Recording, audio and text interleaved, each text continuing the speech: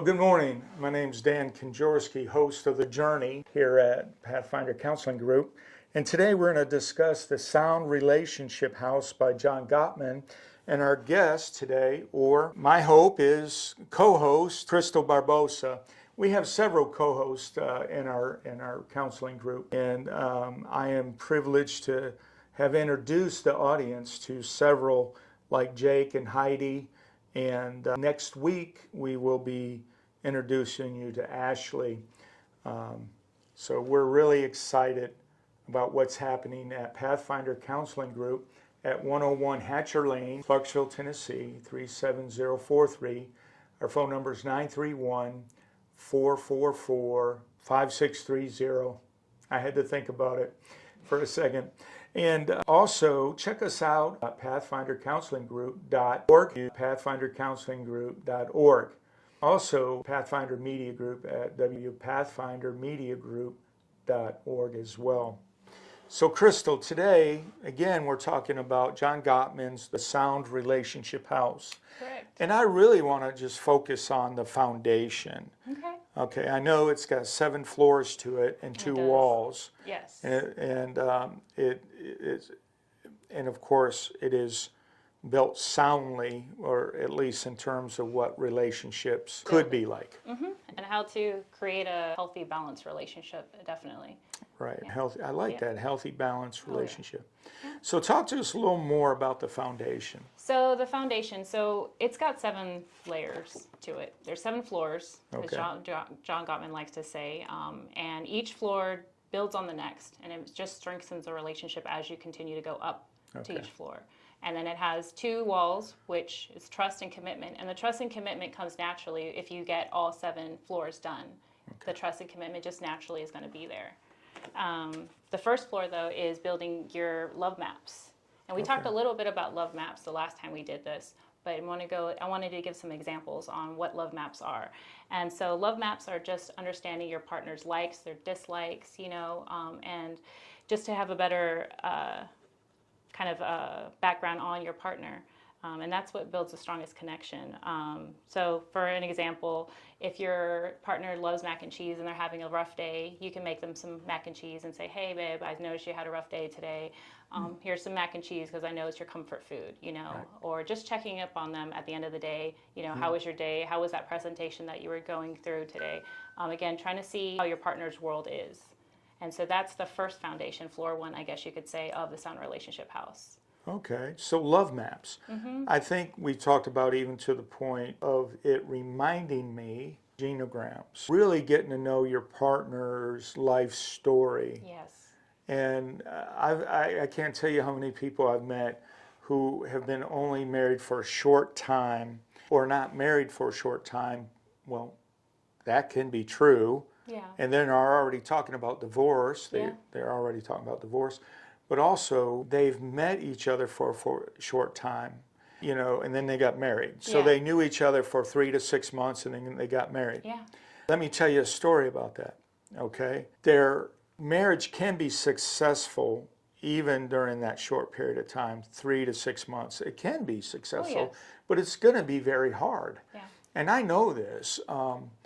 And it's ironic that I see this happening throughout a generation. My dad met and married his wife in, a short period of time. Yeah. And they're still married for over 58 years. Oh, that's beautiful. It is beautiful. And they're a wonderful couple. I met my wife and married her after a short period of time, after about 6 months. I had to ask her 5 times to marry me, though. That's awesome. Yeah, 5 times. Finally, she gave in. I was relentless, but she gave in. We've been married this June about 37 years. Oh, that's beautiful. Yep. And then my son and daughter both married in a short period of time, and it looks like they're successfully married, and they're doing wonderful in their relationships.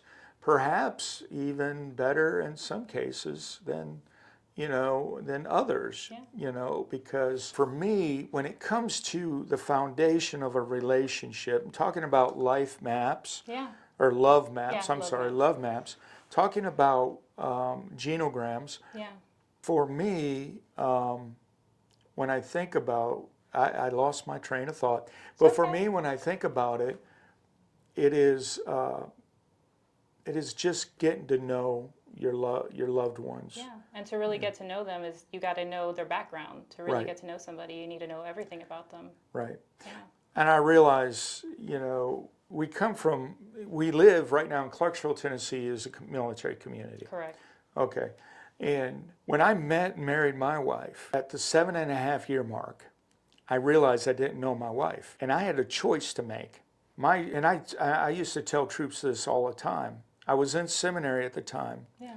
But up to that point, I would be working 12-hour days in the Army or more, come home, stay up, eat dinner, stay up for a few hours, kids going to bed, get up and repeat. Yeah.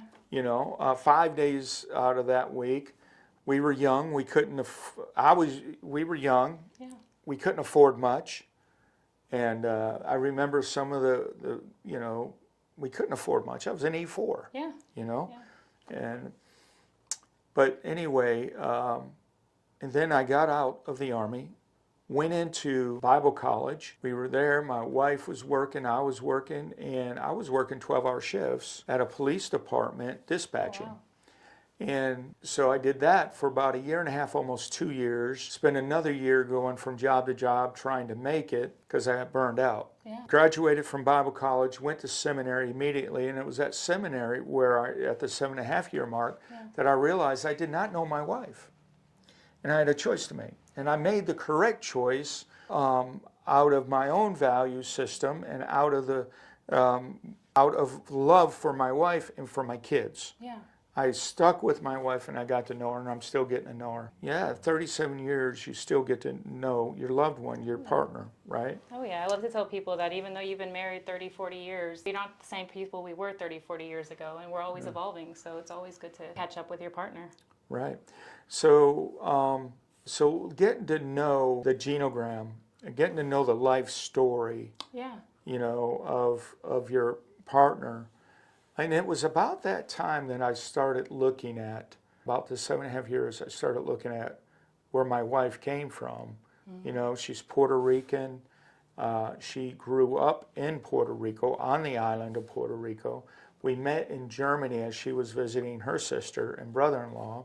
Mm-hmm. And so I really started looking at and considering her culture. Yeah. Now, some say I should have done that prior or previous, but when you're young and you're looking to get married. When you're young, you don't think about those things. No. Well, go ahead. I interrupted you. No, those were really good things. And for our viewers, if you don't know what a genogram is, I consider it a very fancy family tree, a psychological family tree, where we look at not only who it is and their age, but what mental health issues they may have, what their home life might have been like, the dynamic of the relationships and things like that. So that's more of a psychological family tree.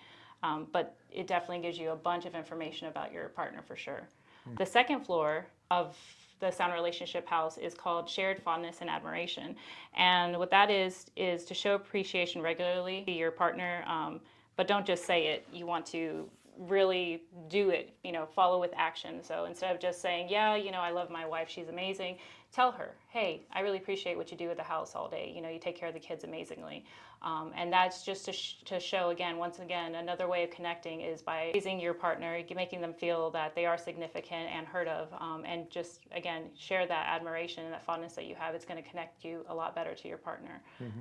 The third one is turning towards rather than away. And so that one is a lot more like when we're giving bids, and Gottman calls them bids, when it's kind of a bid is a way that you're trying to get a connection with your partner, trying to have them converse. So one really good one is when you have one partner saying, oh, look at this cute kitty video, and then your partner instead goes, oh, whatever, I don't want to see a kitty video. Instead, they go, oh my gosh, let me see. Oh, wow, you really love kitties. I bet you think that is a hilarious kitty video.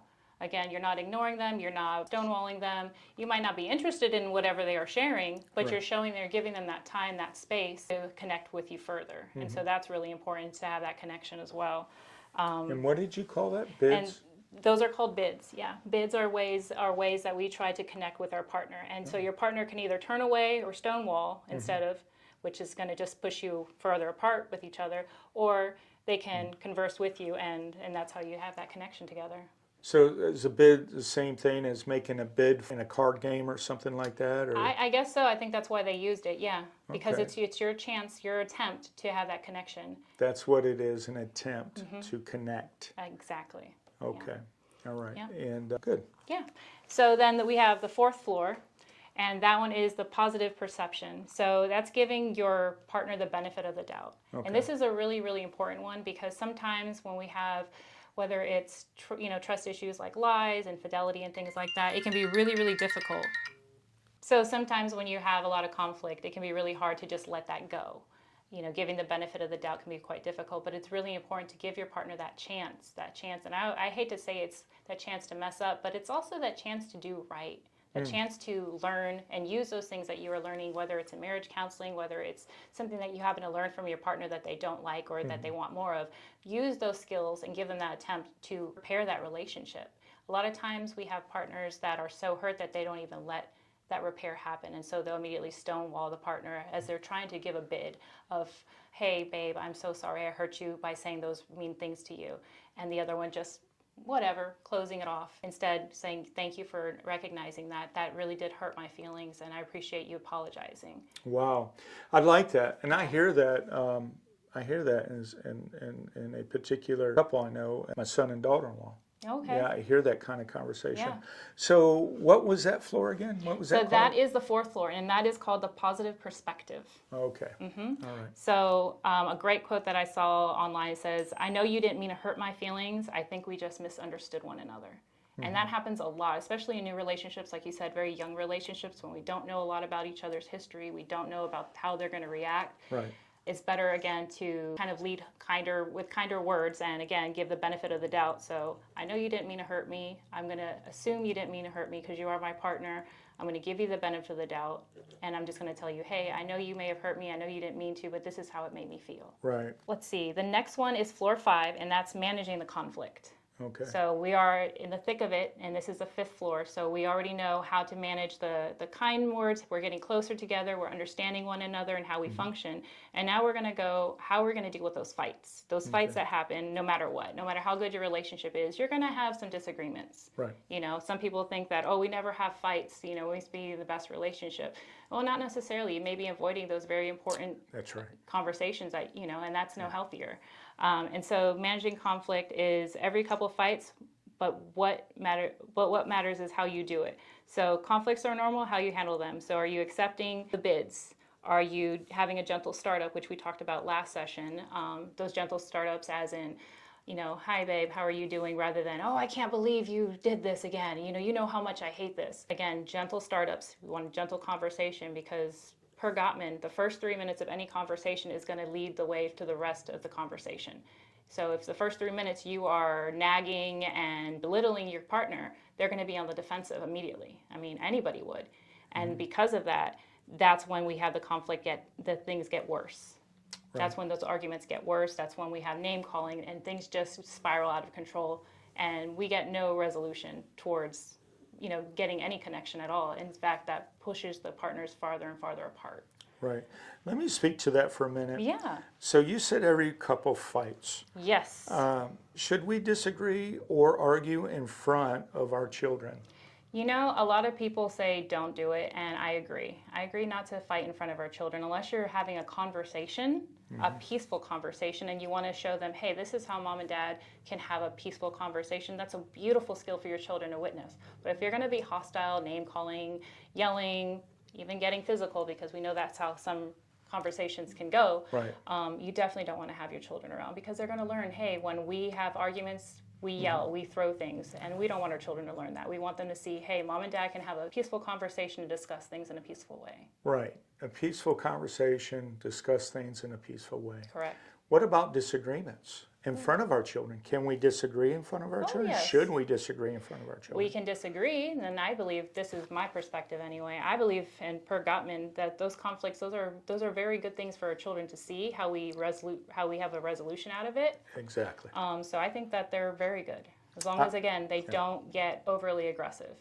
From my perspective, and I have seen it in others, and other couples that I've counseled before and others is that sometimes our partner doesn't know what to do with a disagreement or an argument because they never seen their parents disagree or argue in front of them, so they don't know what to do. Yeah. So all of a sudden it becomes a heavy burden on them. They don't know how to navigate through a disagreement. And I think it's important that we're able to have a peaceful conversation. And I say this knowing for a fact that I have messed up in the past. Oh, myself. Yeah, I mean, just because we're counselors doesn't make us perfect. Oh, by no means. I just think that I think it's important that we have peaceful conversations, like you said, in front of our children. Oh, yes. And if we have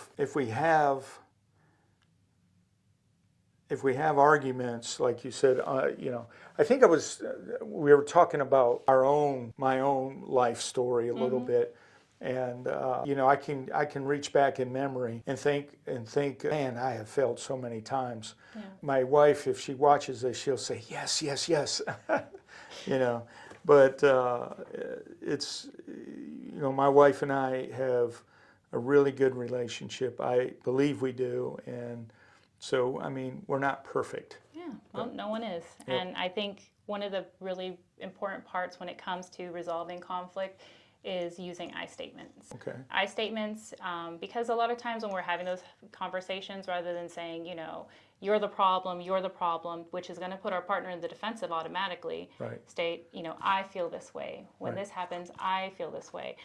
It really takes the directive where it's not directly at them, where they don't feel defensive, and they're able to hear your feelings, your emotions, your thoughts, rather than automatically get into the defensive, maybe stonewall, and then we really get nowhere. So again, we're trying to figure out ways to make those healthy connections. And this, by I statements, you have a better way of connecting with your partner than if you just said, oh, you really bother me, you irritate me. Well, when you leave your socks on the floor, it really bothers me. Right. Something like that, rather. Right. Yeah. And it takes 2 seconds to pick up the socks. Exactly. You would think that's easy, but no. Yeah. And I'm the problem in my house. I leave my socks on the floor. Uh-oh. My husband would say, oh, yes, that is you. Okay. The 6th floor is making life dreams come true. So supporting your partner's dreams, whether they're big or they're small, is supporting whatever their goals are, and to help them to reach them. So one great one is, let's start saving for that trip that you've always dreamed of. Or, hey, let's go look at some schools. You've been interested in going back to school. Let's go look at some schools. Anything to kind of help your partner also feel special, and encourage them in whatever way to sign up, to make the time, and showing that you are supportive and you are with them. That's another great way to connect. Again, all these things, every floor is just another deeper level of connection with your partner. And so, making life dreams comes true is floor 6. And I think that's really important because a lot of times one partner might have a dream and sometimes the other partner feels like their dream is minimized or they can no longer pursue their dream. And I always tell my partners, both dreams are just as important. It doesn't matter. What do you say to someone whose partner doesn't, life dreams come true, it should be more than just I think, from my perspective, dreams should be more than just a generic, I just want peace in the house, that's my dream, or I want, whatever. I think it really... I've had a dream for a very long time of doing exactly what we're doing now. Starting Pathfinder Media Group, and as soon as I made the decision to become a counselor, doing this and then pursuing my PhD. Yeah. Those are dreams. Oh, yes. And teaching at the academic level. I imagine Maddie Bell is very supportive. Oh, she is. Yeah. As she is. Yeah. So, but I think too that we all should have dreams that are not just generic. Yeah. I just want. And also not couple ones, because a lot of times we'll have goals as a couple. Yes. These are more for couples as an individual. We want to make sure that you're great as a couple, but you also are individually yourself. Great. I'm glad you mentioned that, because the thought I had earlier when we started out with the foundation love maps. Yeah. Is that when we come together as a couple, like Maribel, my wife Maribel, coming in and then I'm coming in to be married to her. So I have a family identity that comes with me. she has a family identity that comes with her. Correct. And we need to come in and merge both identities, but create our own identity. Exactly. It shouldn't be wholly Konjorsky. It shouldn't be wholly Garcia Lopez or Lopez, however that is hyphenated. But it shouldn't be solely Lopez or solely Konjorsky. We need to have our own identity, our own, and I like how my son once says it, rituals. Yes, that's exactly it. Yeah. And we're going to go through that next because actually that is very important. It's coming up. Is those type of things, those rituals that keep us connected. Right. The next one actually is floor 7, which is create shared meaning. So this kind of goes with what you were talking about, building those rituals, building those values, those traditions, whether it's, hey, every Christmas we're going to open one present in the morning and then we're going to have breakfast. Right. Those little things, those little rituals, those are the things that are going to help create a we identity, if that's what Gottman, because it's kind of like what you were saying, rather than it's just Dan and it's just Maribel, it becomes your own identity, your own new traditions, your own family nucleus that you've created with pulling little bits from here and there. So that is going to give your relationship a lot more depth and purpose. And so some examples that they give that Gottman says is Sunday dinners, annual vacations, of course, shared spiritual or cultural things. And then my favorite is inside jokes. I'm a big inside joke person. My husband and I, when we're talking, sometimes we'll say a line from a movie and we know what the rest of that movie it was and we'll just start laughing. And those are little things that can, again, further connect you and your partner. Right. What I have experienced, rituals sometimes change. They do, right? You're right. As we age, rituals change. And it can become an existential crisis for us. Okay. I.e. empty nest syndrome. I was just thinking that. Yeah, the empty nest syndrome. My son graduated high school, went to college. After that, after a year of that, a period of that, he went to the Air Force. So we lost our son to adulthood. Yeah. Our daughter graduated high school, went to college, graduated from college, came back, lived with us for a period of time, and then went in the military. We lost our daughter to adulthood. Yeah. We lost her when she went to college to adulthood. Yeah. And then what helped us was our little Shih Tzu poodle, Shih Tzu poodle mix. Yeah. Kobe helped us a little bit on that. Thankful for a couple friends of ours who gave us Kobe to take care of. Yeah, when they went to Mongolia.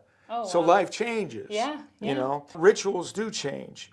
And then when that changes, we have to recognize it. We had a ritual watching Christmas movies leading up to Christmas, Christmas cartoons. Yeah. The original Frosty the Snowman and so forth. Yeah. But it's changed a little bit since then. Those are the things that keep us together, not only as a couple, but as a family. Right. Yeah. So those are the 7 floors. Again, each one builds upon the other. And then we have the 2 side walls, which are going to automatically come into fruition if you do all 7 levels, and it's trust and commitment.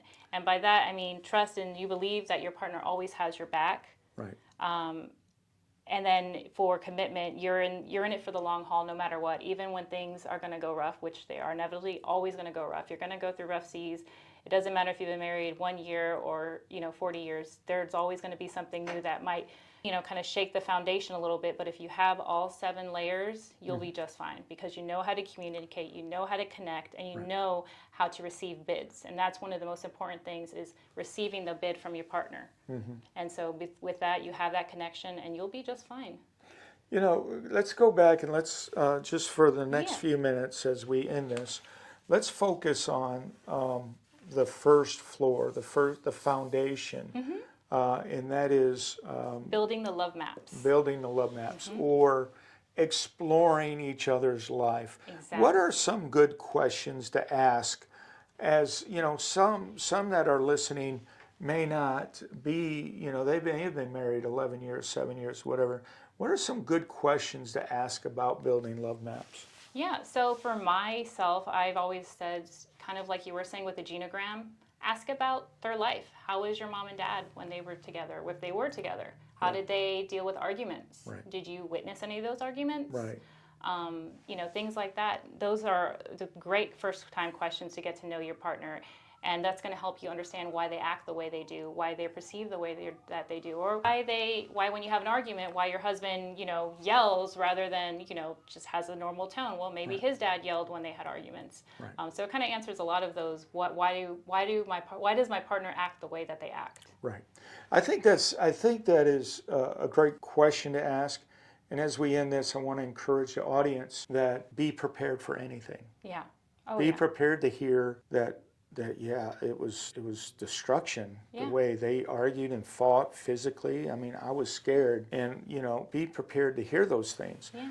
And don't think it's the end of the world. Oh my, who did I marry? Yeah. But it gives us an opportunity to share empathy with the other, right? With our partner, with the one that we chose to marry. Yeah. It also brings us that awareness that we have something that we need to be aware of and possibly change if we have it within us. Right. Because we might have been raised around a yeller. Maybe we're not yellers, but that's all that we're used to. Right. So that in itself can be dangerous. Right. We can accept abuse a lot easier than somebody who's not or used to that kind of, it can become somebody's norm. Yep. And I do think sometimes too that we perceive the other yelling, but maybe not. Yeah. Because you haven't heard raised voices growing up doesn't mean they're yelling. They just, that's who they are. They're loud. They're very boisterous. Yeah, they're very loud, or it doesn't mean they're angry. Yeah. And when we do hear a loudness, we need to clarify that. Are you angry right now? And that's a healthy communication. Yeah. I know you didn't mean to hurt my feelings, but what you did hurt my feelings. Right. Yeah. Yeah. Yeah. Yeah. And so let's be cognizant of that. I would encourage the audience. Yeah. Be aware of these things.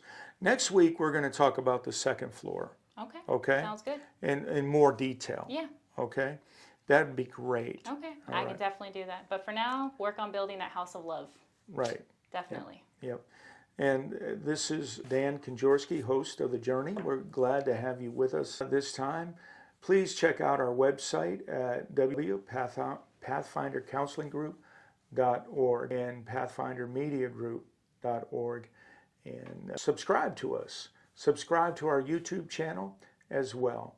We look forward to hearing from you, and we're going to put at the end of the credits an email where you can contact us and just give us some either thumbs up, thumbs down, yay, nay, whatever it may be. We're willing to hear from you, and we would like that very much. Oh, yeah. Blessings to you.